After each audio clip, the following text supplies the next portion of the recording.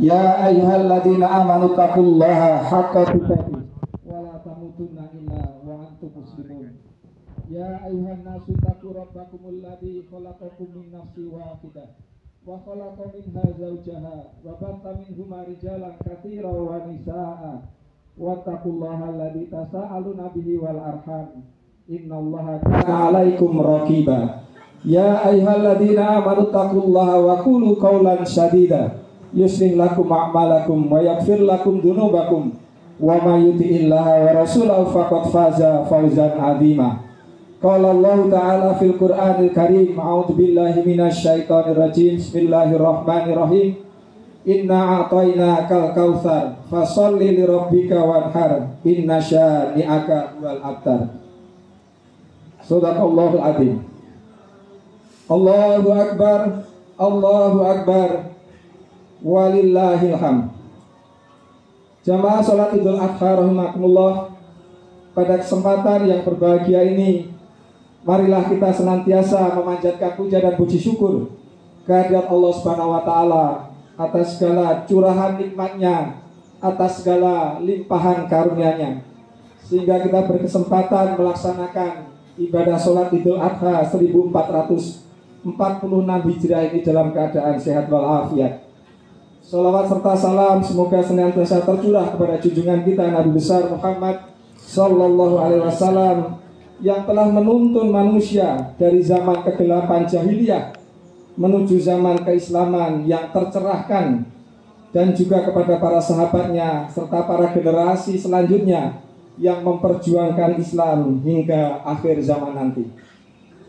Rasa syukur ini semestinya secara berkesinambungan kita wujudkan dengan meningkatkan ketakwaan kita kepada Allah yang selalu melihat gerak-gerik langkah kita dengan sebenar-benar takwa, takwa yang haqqa tuqatih, yang akan menyelamatkan seorang manusia wala tamutunna illa wa antum muslimun, di akhir hayat ketika manusia dipanggil oleh Allah Subhanahu wa taala lewat malaikat Israel dalam posisi husnul khatimah.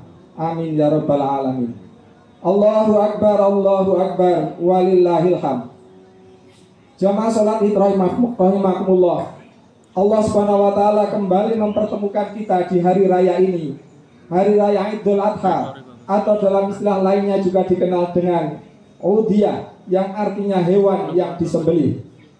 Pada hari raya Idul Adha ini, Idul Adha merupakan ibadah sembelihan hewan kurban yang kita laksanakan sebagai wujud rasa syukur kita kepada Allah yang telah memberikan nikmat yang banyak kepada kita. Fasholli li rabbika wanhar, maka dirikanlah sholat dan berkorbanlah. Quran surat Al-Kautsar ayat kedua. Ibadah kurban berbasis pada kisah Nabi Ibrahim alaihissalam. Posisi istimewa Nabi Ibrahim juga diindikasikan dengan beragam predikat yang diberikan oleh Allah Subhanahu wa taala. Predikat pertama, Nabi Ibrahim sangat disayang oleh Allah dan karenanya berjuluk sebagai kekasih Allah, Khalilullah, selain Rasulullah Muhammad Sallallahu Alaihi Wasallam. Pemberian predikat ini terekam pada ayat 125 surat An-Nisa. Allah berfirman, dan siapakah yang lebih baik agamanya daripada orang yang dengan ikhlas berserah diri kepada Allah, sedang dia mengerjakan kebaikan dan mengikuti agama Ibrahim yang lurus. Wattakhadallahu Ibrahima khalila, dan Allah telah memilih Ibrahim menjadi kekasihnya. Predikat kedua, Nabi Ibrahim juga termasuk salah satu nabi yang dijuluki ulul azmi karena keteguhan hati yang dimilikinya, kesabaran yang luar biasa. Selain Nabi Ibrahim, kita mengenal kelompok dari ulul azmi ini adalah Nabi Isa alaihissalam, Nabi Nuh alaihissalam, Nabi Musa alaihissalam, dan Nabi Muhammad sallallahu alaihi wasallam. Nabi Muhammad pun diminta oleh Allah untuk meneladani ketabahan hati para nabi ulul azmi ini. Selain dari hal tersebut, Nabi Ibrahim alaihissalam menjadi nabi yang berderajat sangat tinggi dan merupakan bapak para nabi, hingga agama Nasrani dan Yahudi pun seolah-olah berebutan mengklaim Ibrahim sebagai nabi mereka. Allah Subhanahu wa taala membantah klaim mereka dan memfirmankan, Ibrahim bukanlah seorang Yahudi dan bukan pula seorang Nasrani, tetapi dia adalah seorang yang lurus, Muslim, dan dia tidaklah termasuk orang-orang musyrik. Quran surat Ali Imran ayat 67. Allahu Akbar, walillahil hamd. Jamaah sholat Id rahimakumullah. Beragam pelajaran bisa kita dapatkan dari perjalanan hidup Nabi Ibrahim yang kita teladani. Pelajaran pertama, Nabi Ibrahim mengajarkan kita untuk terus memurnikan keimanan kepada Allah, termasuk dengan mengasah logika untuk meneguhkannya. Quran surat Al-Anbiya ayat 52-54 merekam dialog antara Nabi Ibrahim dan ayahnya Azar yang berprofesi sebagai pembuat berhala serta kaumnya. Ingatlah ketika dia Ibrahim berkata kepada ayahnya dan kaumnya, patung-patung apakah ini yang kamu tekun menyembahnya? Mereka menjawab, kami mendapati nenek moyang kami menyembahnya. Dia Ibrahim berkata, sesungguhnya kamu dan nenek moyang kamu berada di dalam kesesatan yang nyata. Ibrahim meneguhkan keimanannya dengan mengatakan, Inni wajjahtu wajhiya lilladzi fataras samawati wal ardh hanifan wa ma ana minal musyrikin. Aku hadapkan wajahku kepada Allah yang menciptakan langit dan bumi dengan penuh kepasrahan, mengikuti agama yang benar, dan aku bukanlah termasuk orang-orang musyrik. Pelajaran yang kedua, keberanian Nabi Ibrahim melakukan penghancuran terhadap patung-patung yang ada di kuil Raja Namrud dan meninggalkan satu patung terbesar. Lalu ia taruh tongkat yang ia buat untuk menghancurkan patung-patung itu di tangan patung terbesar tersebut. Atas kejadian tersebut Ibrahim lalu dibakar. Tetapi Allah tidaklah tidur. Ketika Ibrahim masuk ke dalam api yang membara, Allah pun berfirman, wahai api, menjadi dinginlah dan jadilah penyelamat bagi Ibrahim. Quran surat Al-Anbiya ayat 69. Allahu Akbar, walillahil hamd. Selanjutnya pelajaran yang ketiga, hubungan yang tidak baik antara Nabi Ibrahim dan ayahnya akhirnya membuat Ibrahim diusir. Namun demikian Ibrahim sebagai anak tetap senantiasa menghormati ayahnya. Ibrahim mendoakan ayahnya. Dia berkata, Ibrahim, semoga keselamatan dilimpahkan kepadamu. Aku akan memohonkan ampunan bagimu kepada Tuhanku. Sesungguhnya dia sangat baik kepadaku. Quran surat Maryam ayat 48. Episode ini mengajarkan kepada kita, dalam kondisi apapun, sikap santun kepada orang tua senantiasa harus terus tetap dijaga.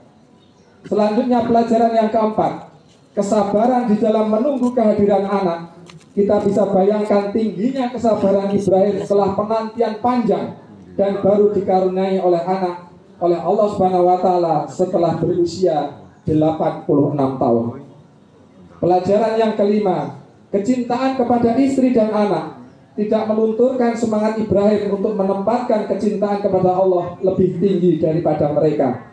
Setelah Ismail lahir, Allah Subhanahu wa taala memerintahkan Nabi Ibrahim untuk mengajak istrinya Siti Hajar dan putranya Ismail ke daratan tandus dan kering di antara dua bukit. Siti Hajar mengikuti Nabi Ibrahim yang hendak pergi sambil berkata, wahai Ibrahim, engkau hendak pergi kemana? Apakah engkau hendak pergi meninggalkan kami? Sementara di lembah ini tidak ada seorang pun manusia dan tidak ada makanan sama sekali. Pertanyaan Siti Hajar diucapkan berkali-kali, tetapi Ibrahim tidak menoleh dan tidak pula menjawab. Hingga akhirnya Hajar berkata kepada Ibrahim, apakah Allah memerintahkan hal ini kepadamu, wahai Ibrahim? Ibrahim menjawab, ya. Hajar kemudian berkata, jika demikian Allah tidak akan menyia-nyiakan kami. Setelah itu pun Hajar tidak bertanya lagi sambil melihat Ibrahim meninggalkannya dari kejauhan. Pelajaran yang keenam, sebagai seorang ayah, Ibrahim sangat menghargai anaknya, Nabi Ismail. Meski Nabi Ibrahim jelas diperintah oleh Allah, namun tidak serta-merta menyembelih Nabi Ismail. Nabi Ibrahim menganggap Nabi Ismail sebagai orang dewasa yang telah siap memilih, sebagaimana diceritakan dalam Quran surat As-Saffat ayat 102. Maka tatkala anak itu sampai pada umur yang sanggup berusaha bersama-sama Ibrahim, Ibrahim berkata, "Wahai anakku, sesungguhnya aku melihat dalam mimpi bahwa aku menyembelihmu, maka pikirkanlah apa pendapatmu." Ia menjawab, "Wahai bapakku, kerjakanlah apa yang diperintahkan kepadamu, insya Allah kamu akan mendapatiku termasuk orang-orang yang sabar." Allahu Akbar, walillahilham. Selanjutnya pelajaran yang ketujuh, bahwa Nabi Ibrahim mencontohkan keikhlasan untuk mengorbankan anak yang sangat dicintainya karena Allah. "Wahai ayahku, kerjakan saja apa yang diperintahkan, satajiduni insyaallahu minas sabirin. Insya Allah engkau akan mendapatiku sebagai orang yang sabar." Kata Ismail, "Aku hanya meminta di dalam melaksanakan perintah Allah itu, agar ayah mengikatku kuat-kuat, supaya aku tidak banyak bergerak, sehingga menyusahkan ayah. Yang kedua, agar menanggalkan pakaianku, supaya tidak terkena darah yang akan menyebabkan berkurangnya pahalaku, dan terharunya ibuku bila melihatnya. Yang ketiga, tajamkanlah pedangmu wahai ayahku, dan percepatkanlah pelaksanaan penyembelihan terhadapku, agar meringankan penderitaan dan rasa pedihku. Yang keempat, wahai ayahku, dan yang terakhir, sampaikanlah salamku kepada ibuku. Berikanlah kepadanya pakaianku ini untuk menjadi penghiburnya di dalam kesedihan dan tanda mata, serta kenang-kenangan baginya dari putra tunggalnya." Pelajaran yang kedelapan, Nabi Ibrahim sangat peduli dengan masa depan keturunannya, baik dari aspek keimanan maupun kesejahteraan. Doa Nabi Ibrahim berikut mengindikasikan hal itu. "Wahai Tuhanku, sesungguhnya aku telah menempatkan sebagian keturunanku di lembah yang tidak mempunyai tanam-tanaman di dekat rumah Engkau Baitullah yang dihormati. Wahai Tuhanku, yang demikian itu agar mereka melaksanakan sholat, maka jadikanlah hati sebagian manusia cenderung kepada mereka, dan berilah mereka rizki dari buah-buahan. Mudah-mudahan mereka senantiasa bersyukur." Quran surat Ibrahim ayat 37. Allahu Akbar, walillahilham. Jamaah sholat id rahimakumullah. Tentu masih banyak pelajaran yang dapat kita teladani dari sosok Nabi Ibrahim yang mulia ini. Di akhir khutbah, mari kita rangkum pelajaran tersebut. Yang pertama, sebagai seorang hamba Allah, kita belajar untuk selalu memurnikan dan meneguhkan tauhid, tidak mensyirikkan dengan sesuatu apapun, mencintai Allah melebihi kecintaan kepada apapun dan siapapun. Kita juga belajar keikhlasan dalam mengorbankan sesuatu yang kita cintai di jalan Allah, serta kesabaran untuk senantiasa berbaik sangka kepada Allah. Yang kedua, sebagai anak, kita belajar untuk menghormati dan mendoakan orang tua kita dalam kondisi apapun jua.